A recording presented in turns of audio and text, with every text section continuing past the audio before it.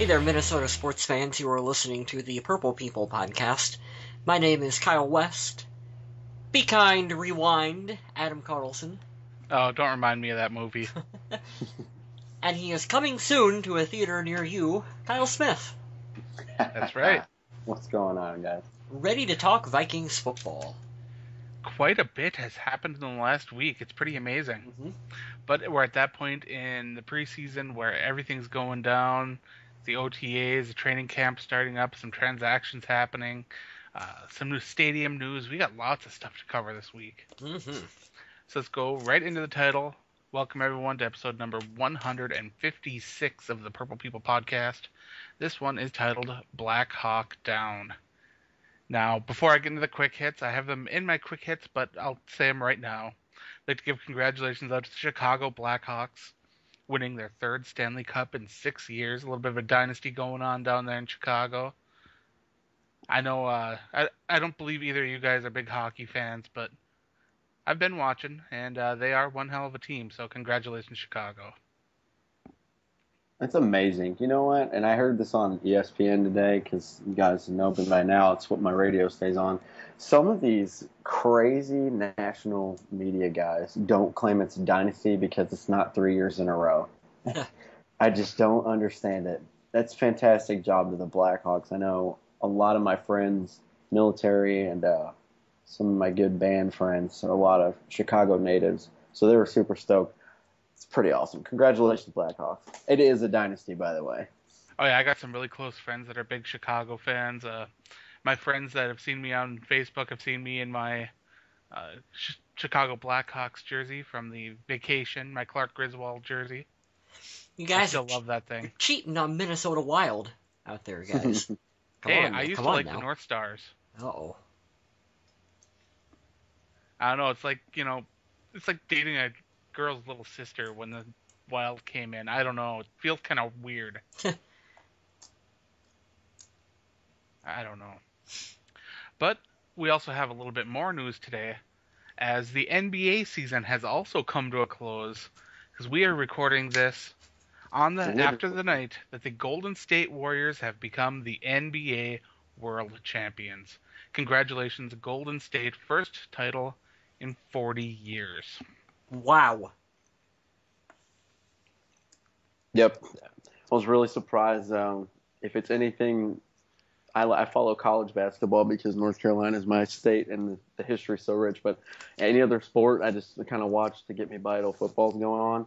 When you watch LeBron play, it's like watching Tom Brady and you're like, holy crap, he is the greatest. I'd say right now, I'm not going to go into the MJ talk, but I was really, really hoping to see the poor Cleveland fan base get a title, and they just got to wait another year.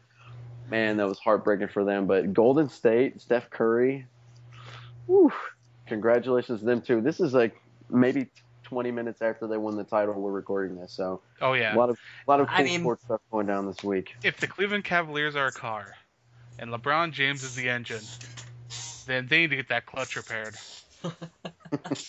I mean, I think it's cool that they won, because not being, that big of an NBA fan, who the hell are the Golden State Warriors? I mean, you never, seriously, you hear about the Cavaliers or the Heat or the Knicks or, your Boston, whatever. I mean, who the hell? You never hear anything about Golden State Warriors, so it's cool that, they beat LeBron. They beat young athletic team just stepping up. And that's kind of a theme in sports, is the teams that get the young athletic players, develop them, work them together as a team, are coming up and rising up, which is exactly what the Vikings are doing. Two side notes on that. They are the third all-time in history winningest team. They had the best record. They were the number one overall seed, obviously in their conference, but overall, congratulations to them. But we have been compared, which I'm sure we'll get into that later, in an article recently, not saying we're going to win the Super Bowl, as one writer put it, but we're on the rise like the Golden State Warriors, and that's a hell of a compliment, seeing as how they just won the NBA title a few minutes ago. Well, let's jump into the quick hits, because not only did a writer say that the Vikings are going to win the NBA title, or they're going to win the NBA title. Now I'm talking basketball. See what happens when I watch all that basketball? That the Vikings are going to win a Super Bowl, but Ziggy Wilf has said that he believes this Vikings team is ready now to get that. I almost said NBA title again. God darn it. See what happens when we kick off the show with too much other I know. sports? This is like my third sport I'm talking about Yeah. now. Get him some World Cup previews. But Ziggy Wilf, he's feeling this Vikings team. He thinks that a Super Bowl is right around the corner. And Well, that's good. I like that. He should feel that way. I mean, he should feel positive about the team that he owns, right?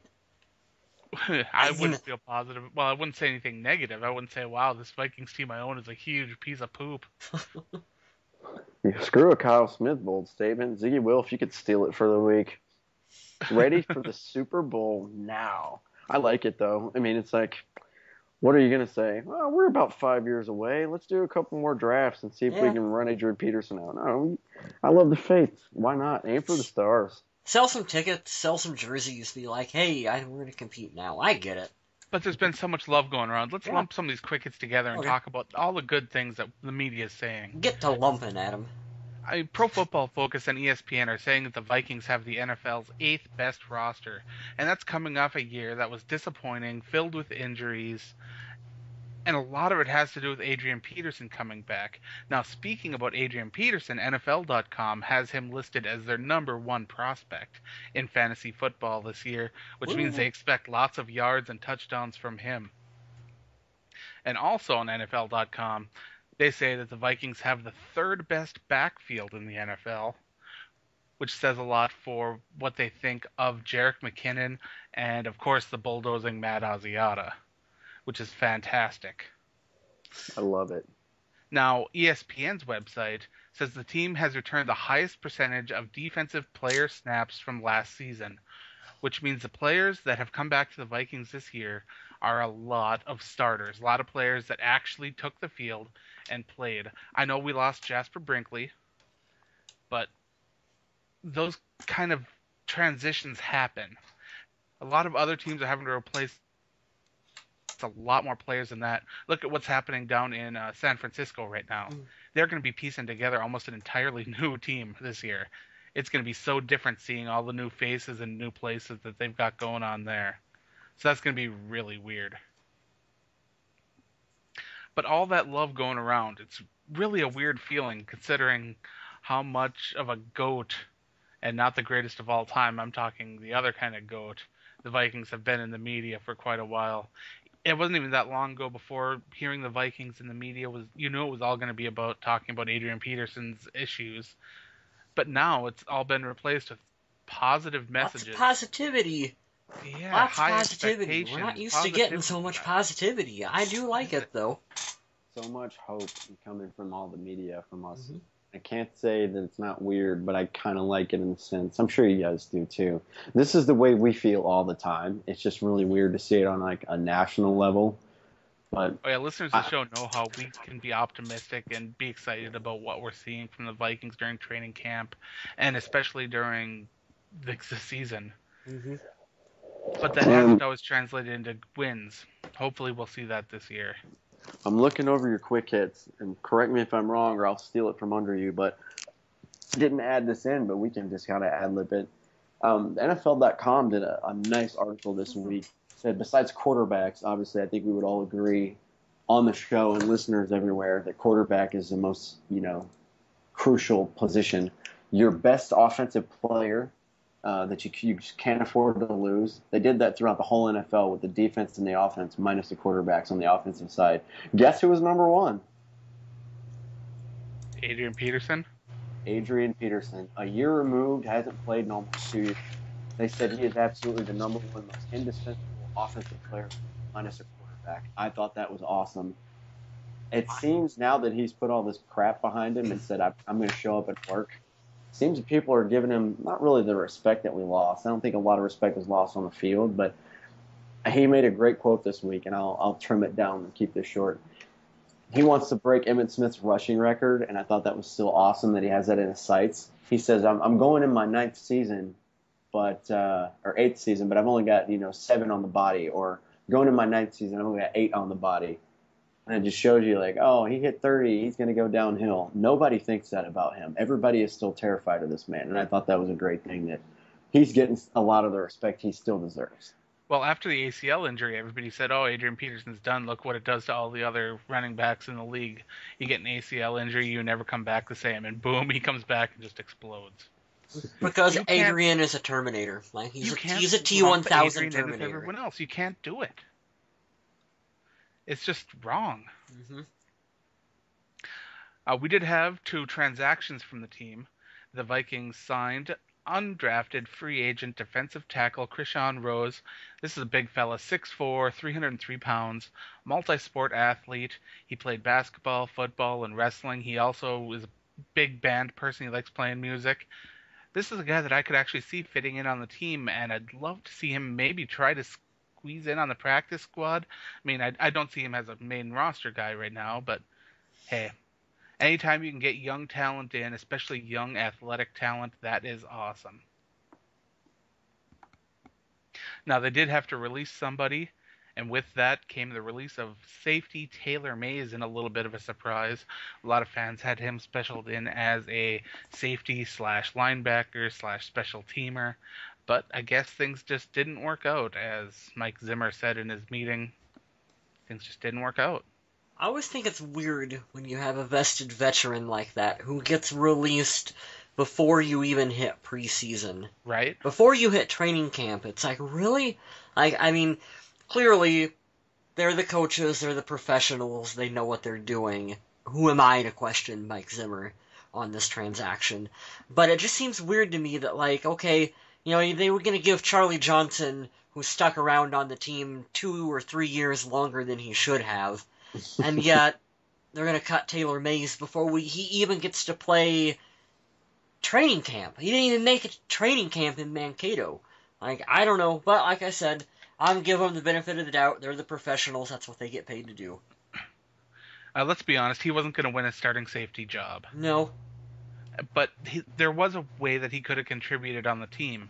Sadly, he was a high draft pick. He was a guy that there were high expectations for, and some players still have that expectation of being that starter or that guy that's going to play a bigger role on a team than he probably should.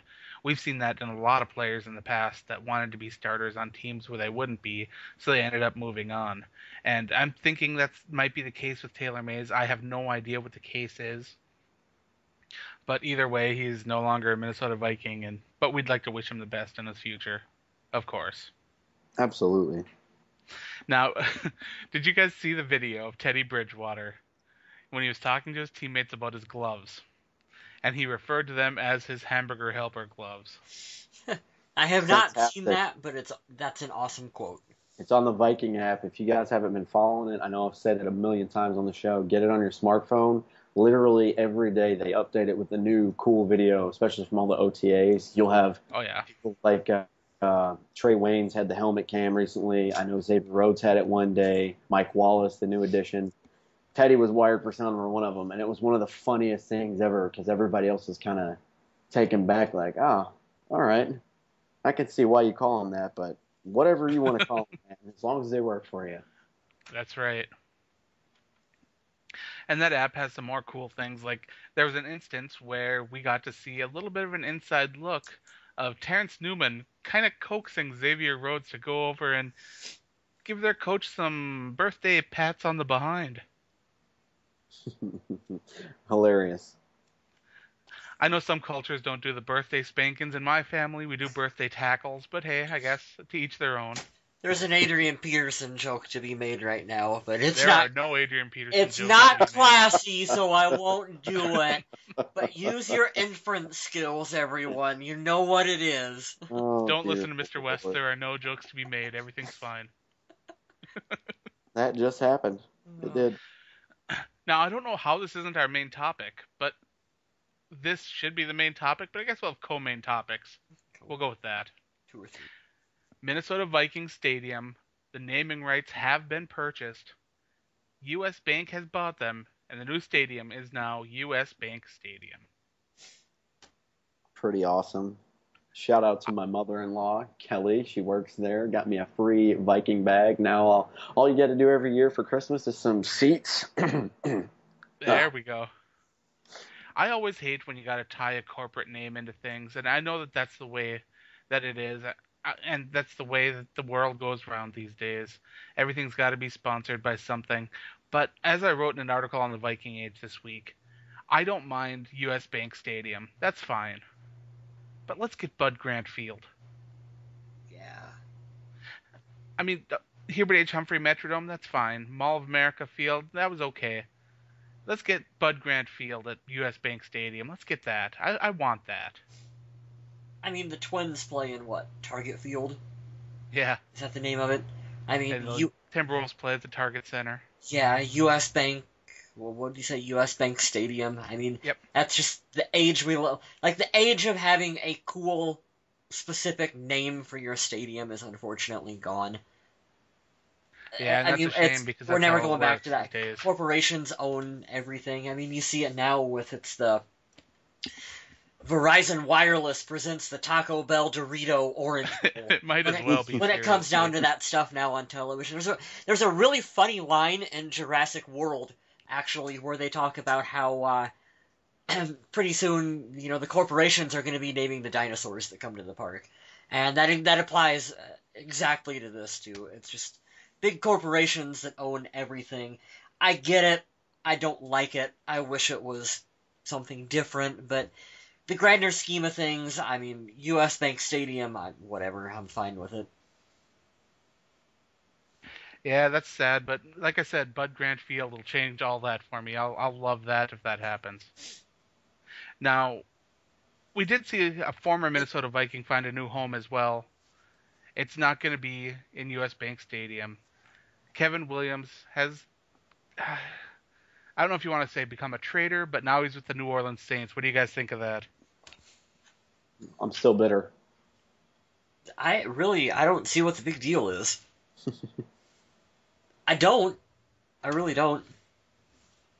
I'm glad he still got a chance to play. I mean, I think it's awesome that he still wants to. Really sucks that he was with Seattle last year and got so close and didn't get a ring. But hey, you know what? He gave us nothing but his all while he played here, so I have no problems with him still trying to jump around and play in the league. Chances are, and I think when Big Kevin Williams finally retires, he'll sign a one-day contract as a Viking, and he'll retire as a Minnesota Viking, and he's playing with the Saints. Cool. I mean, good for him. Minnesota willing to pay him to play? No, they're not. Seattle willing to pay him to play? No, they're not. New Orleans was, so good for him. I'm glad that he can continue on with it. Like, I really, really don't see what the big deal is, guys. Like, players jump around from teams all the time.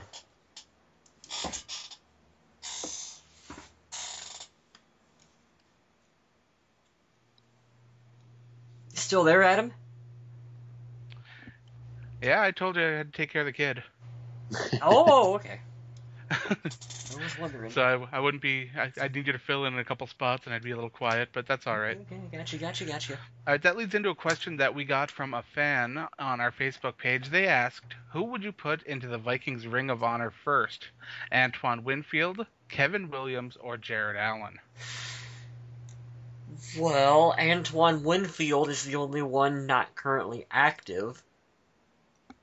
So, by default, it's Antoine Winfield. Kevin Williams was drafted by the Viking and spent a lot more of his career there than the other two players, though. Yeah. But I mean, the other two players are active. One's for New Orleans, one's for Chicago. But neither one's active for the Vikings. Yeah, but you can't put a player who's currently playing for Chicago in the Vikings ring of... So you would put Antoine Winfield in there right now? Well, yeah, because he's the only one of the three that's retired. I wouldn't put any of them in there right now. I think what the question is when it comes time, which one would it be? Oh, okay. Assuming all three are no longer active. I would go with Jared Allen, hands down. If they were not active, all three, Mr. West points out a great technicality, a good fault and point there. I would put Jared Allen in just for the work that he did. He was a monster. Not saying the other two weren't great players for us and did a lot of work, but coming so close to shattering records and being a guy that constantly had to get looked at for double teaming and whatnot, I'd go with Jared Allen.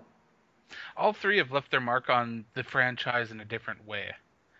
I do feel that some of the contributions that were made by Jared Allen and Antoine Winfield on teams prior to being with the Vikings might change that a little bit, and Jared Allen falling out a little bit, and Kevin Williams kind of leaning out of that starting role after leaving the Vikings might hurt their legacies a little bit. But as far as being a Vikings fan, you want to let them all in just because you love them. Yeah. They're like your little children. But you guys are right. It would almost have to be Jared Allen, just based on chasing the records, his legacy in the NFL, what he's done is in the overall picture. It's the way it goes. I don't think that either Kevin or Pat Williams will go in individually. I think that maybe there's a chance that those two could go in like together at the same time, as you know, Kevin and Pat Williams, the Williams Wall is going into the Vikings Ring of Honor. Jared Allen is probably the most realistic Right. answer of them. Like, I don't think Antoine Winfield would get in at all. Exactly. I'm a huge Antoine Winfield fan. Much respect for him, but I don't think he goes in. I really don't. It'd be super cool, though, to see Kevin and Pat Williams go in, like, together. And that was from Stephen Bjoin on our Facebook page. If you guys have any questions for me, or Kyle, or the other Kyle, send them on over to Facebook or Twitter. We'll try to get to him. If we find him interesting, we may even talk about him on the show like we did this one. This is a good question. All right, so our main topic this year is the Vikings releasing the full training camp practice schedule, and it is a doozy. We got lots of walkthroughs, lots of stuff going on. The check-ins start on Saturday, July 25th, and it runs all the way through to Saturday, August 15th, with a preseason game between the Buccaneers and the Vikings. So much going on, so much fun. We got walkthroughs, we got practices. I know that Mr. West is going to try to be at some of these, right? If you guys don't have your hotel rooms booked already, you are essentially screwed because they are filled up. I mean, we had a heck of a time getting our hotel rooms booked this year. We were talking earlier about the expectations for the team. You can always kind of tell what the fan expectations are based on how hard it is to get your hotel rooms booked. And this year in particular was incredibly tough. I'm going to be up there on August 1st and 2nd, maybe the 3rd, not quite sure yet. But I got rooms booked for the 1st and the 2nd is when I'm going to be up there. We had to do some switching around to get that done. Oh yeah, lots of fun stuff there. That's just about a week before the Vikings go and take on the Steelers in the Hall of Fame game. And it's creeping up real close, fellas. The fact that we're already talking about the training camp schedule coming out, preseason creeping up on us, football is almost here, guys. Yeah, let me pull up the schedule on Vikings.com so I can give you guys a bit of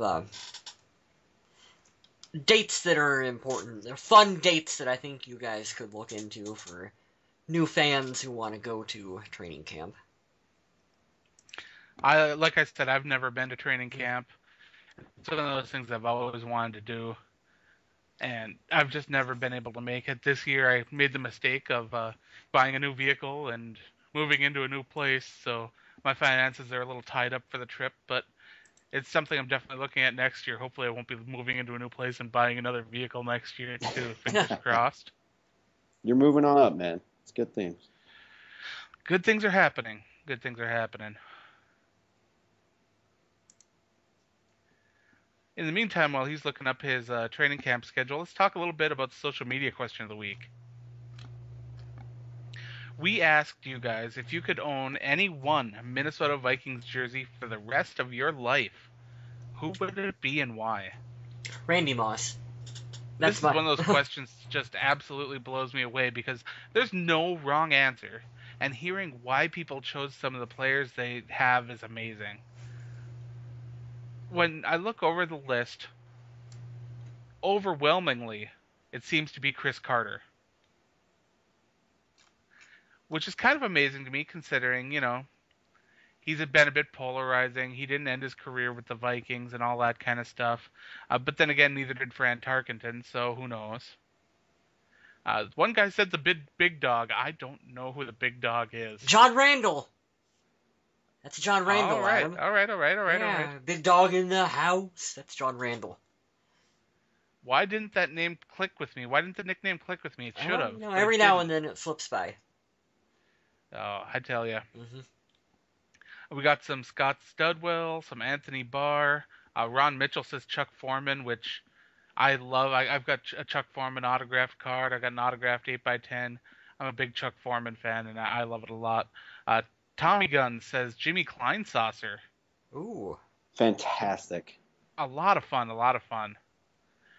We got a couple Randy Mosses here and Robert Smith. We got some old school fans here with Joey Browner and Jim Marshall. So much fun. Carl Eller. Quinn Simons says Chris Cluey. Yeah, I like that. I got a Cluey jersey. I'm a Chris Cluey fan. Cody Bruins says number 9, Tommy Kramer. Which I'm surprised Tommy Gunn didn't say that one, but okay. 2-minute Tommy. Joseph Rao says Harrison Smith.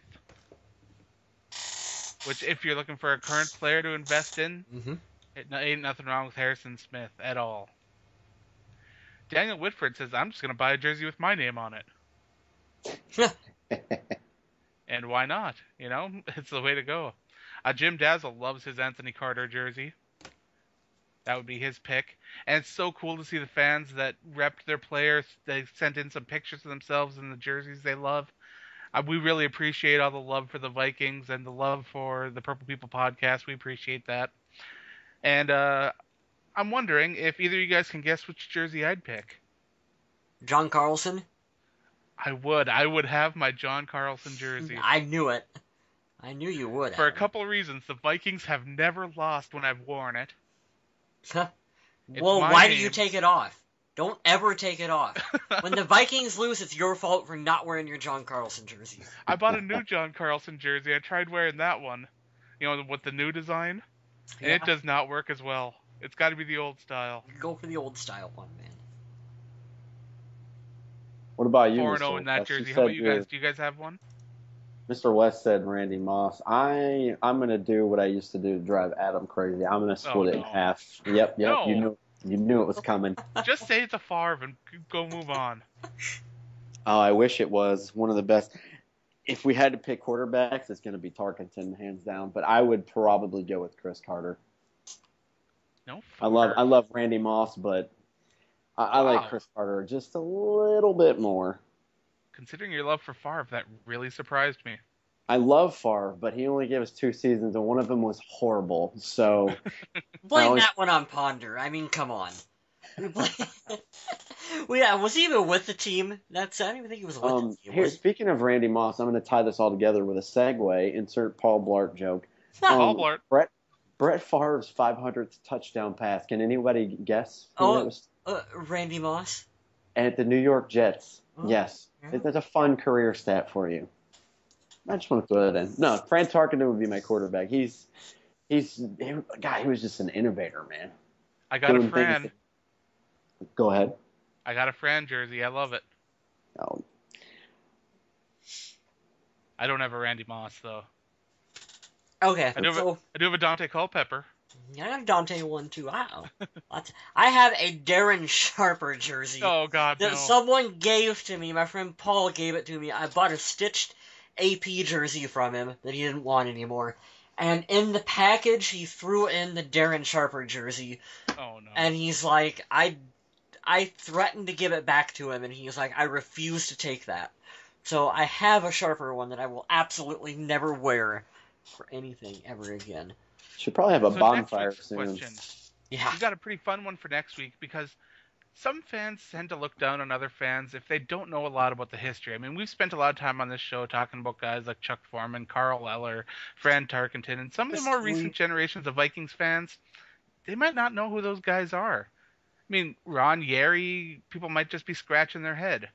And are those people that don't know the history of the Minnesota Vikings, are they lesser of fans than people who are Vikings historians? Let me know what you think. and we'll discuss it next week. Mm-hmm. In the meantime, Mr. Kyle West has had some time to track down his schedule. Well, they have not released the autograph stuff yet. That was really what I was looking forward to, was that day.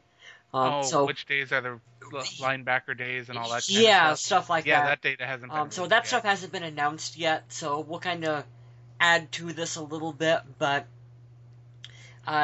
from experience, I can say that the Vikings, they're going to report to camp on Saturday, July 25th. If you kids out there are looking for autographs, keyword being kids, adults, please step out of the way and let the kids get these autographs first. But Saturday, July 25th, when the players first show up, is an excellent time to get players to sign stuff, because they're just coming in. They usually got their luggage with them. They're to and from the buildings, whatever. That's a great time. Lots of the players will sign for them. So if you've got children, whatever, you want to take them to that, that's a good time to go for it. The first team practice is on Sunday, July 26th. Knowing Mike Zimmer, that first practice is going to be the one where they're going to want to set the tone for camp to get things going. And so that'll be a fun one to go sit down there and watch. And anytime they move the practices over to the stadium, I don't know what the heck, I forget what the name of the stadium is, but it's the other one that's off over to the side. Guys who know training camp know what I'm talking about. I That's just closed it too. Yeah, that's the one where they have the full, the Blakesley? Yeah, something like that. That's the one where they have the full. I've had too much to drink to even try to begin to pronounce that right now. That's where they have more of the scrimmage walkthroughs, and those are a lot of fun because instead of being in shells, they're in full pads, and they actually do a little bit more contact out over there. Those are more interesting to watch as well, too. Stay tuned. I'll do more as we get closer to training camp. I'll do more of preview as to which ones I think are going to be the good ones to sit down and watch. Absolutely. And hopefully we'll get some good reports from camp from Mr. West as he goes there. I'm going to get Rick on here. I'm going to get my friend Rick. We've read his questions on here before. Rick, I know you're listening. Yeah. We're going to get you on here, buddy. You're going to do a show when I'm up there in Mankato. Me and you are going to get together and we're going to record a podcast in Mankato all about training camp. Oh, yeah. Special guest Rick. You betcha. I got really excited there. I was like, how are you going to get Spielman on? Do you have an inside connection? Maybe. I don't think I've ever talked to Rick Spielman. I've never have. I ran into, true story, really quick before we go. We were in our hotel. Our hotel room is a stone's throw away from where they practice. The American Inn, really good place to stay. I recommend it. Actually, I don't recommend it because it makes it harder for me to get tickets. So don't go there. I need my rooms. But we were right outside the hotel room, and Ziggy Wolf comes walking out of the hotel. And with my friend's son at the time, we're just sitting out there on the bench, and I'm like, wait a minute. I do a double take. I'm like, was that Ziggy Wolf? That's a guy that if you see, you know it's him. Well, you see it, and you know it's him, but then you stop for a minute, and you're like, really? What is he doing? He's a billionaire. What is he doing at this cheap-ass hotel that I stay in? Turns out that a lot of the players and a lot of the players' family and faculty and stuff will stay at that hotel because it's so close to it. So that makes it fun. But yeah, I have to see Ziggy Wolf right outside our hotel. That was pretty cool. Very nice. Yep. Very nice. You get lots of cool stories like that at Mankato. And hopefully Ziggy's right about the Vikings being contending for the Super Bowl here soon. Because, boy, I know that there's that weird dream out there that the Vikings will be the first team to win the Super Bowl in their home stadium. Oh, I hope so. I hope so. And that's asking a lot at this point, but, man, we can dream, can't we? Mm-hmm. We sure can. Dream big. Ziggy Wolf's eyebrows are even more impressive in person. I bet. All right, let's end the show with Kyle Smith's bold statement, as usual. I bet you he's got something astounding for us this week. So I had to do a little soul searching this week, and let's shift our focus to the Chicago Bears. if you just think about it off the top of your head, and you guys, I know you can see it in the notes here, but I'll ask you, people listening to the podcast, I'll give you 2 seconds. When is the last time that we went to Soldier Field and won a game? If you're thinking to yourself, man, it seems like a lot. It's been 8 years. We've been to Detroit recently in the last 2 years, won a game.